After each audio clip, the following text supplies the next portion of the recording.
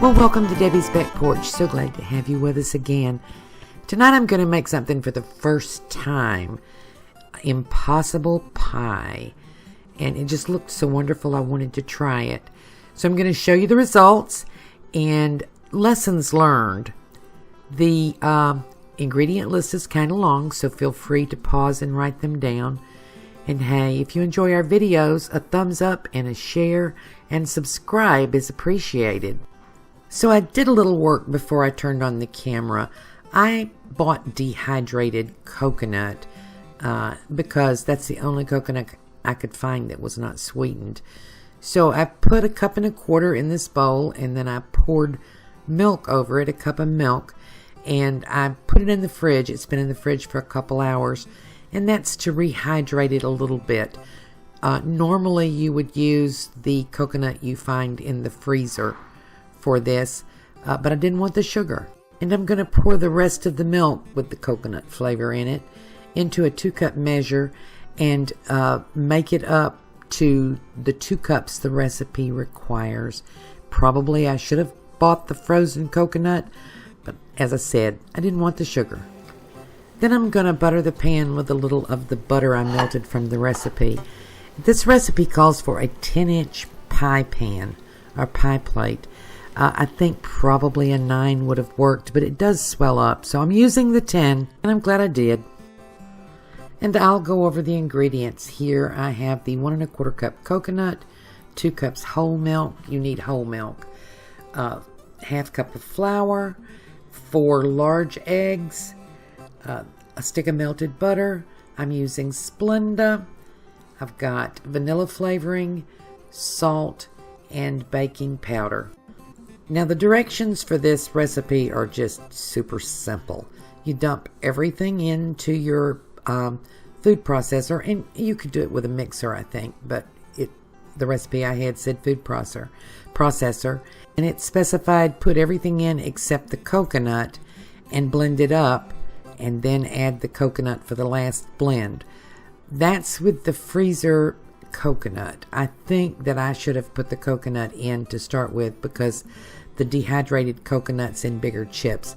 But the recipe, if you're using frozen coconut, is everything in except the coconut because you don't want it to blend up quite as much. So I've got everything in, and the flour that I put in there is going to make a crust. And that's what I didn't have a lot of faith in, but it did work. Now I'm putting in the vanilla flavoring. I will mention that's 2 tablespoons vanilla flavoring. You can do 1 tablespoon of vanilla and 1 of something else if you'd prefer. I'm thinking either lemon or almond would be good. So that's all the ingredients except the coconut. And I'm going to process this for about 20 seconds. It really doesn't take long at all.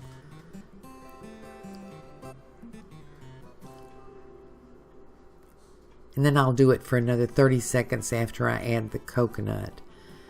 But it blends right up, and it's very loose. It makes you doubt whether or not it'll make a pie. Now I'm adding the coconut, and I want you to see the difference in the texture for this and either the canned or frozen coconut you buy in the baking section. I just tried to avoid sugar, and this was what I settled on. And it worked fine, by the way, but I think it would have given you a little bit better top crust if I had used the more finely shredded coconut. So back into the blender. I'm going to let it blend for about 30 seconds. And really the recipe I have doesn't say how long to blend it. I just guessed at 30 seconds to get everything blended well together, and that seemed to be right because my pie turned out well. Now when everything is blended, you just pour it into this buttered pie plate. I have my oven preheated to 350, and the recipe calls for 50 to 55 minutes. I did this for much longer than that, and I'll talk to you about the temperature. I really think it needs to be cooked at a higher temperature. And here we have the impossible pie after 1 hour and 10 minutes. at 350. It is done. If you put a toothpick in the middle, it comes out clean. But it's not as brown as I thought it would be, or as I wanted it to be on the top. So next time I do this, I'm going to cook it at 375, and I think we'll get a browner crust. Now you need to let it cool for an hour before you cut it, and it sinks in. That's normal. So let's see how it cuts. You know, the first piece is always hard to get out, but I'm just very interested to see what kind of texture we've got. Because now I love egg custard, and this is an egg custard with coconut and a magic crust. So let's see how it serves.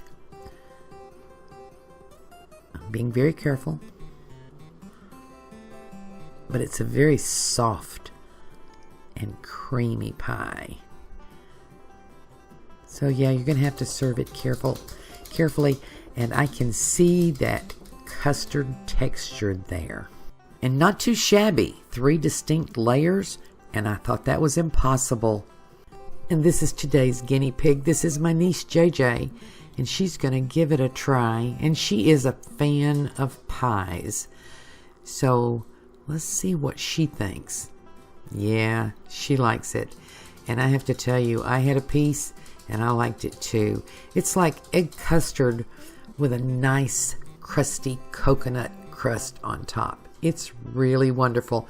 I'm going to try those changes I mentioned. A little bit higher heat in the oven and the shredded coconut. But all in all, this was a success, and we're all really happy with this impossible pie. Thank you for joining us on Debbie's Back Porch. Hope to see you again tomorrow.